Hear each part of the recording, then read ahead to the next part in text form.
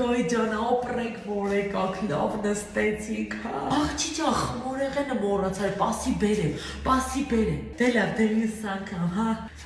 Հակա։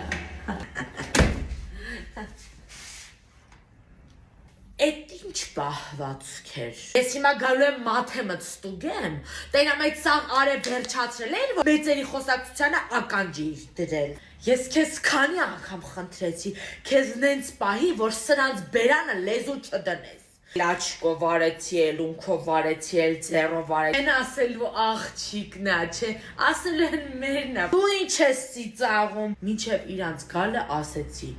չասեք, որ գնալու ենք այս տարի հանգստանալու։ Մեկը բերանբաց քուրդ եկավ սաղի մոտ ասեց. Մամա, սուսը մնա, որ նկատողություն եմ անում, քո ուտախու դաստիարակացն է։ Ոչինչ, մի օր կգնամ այս տնից կիմանաք։ Այսինքն խոզի պես ես խոզանոցում կապրեք։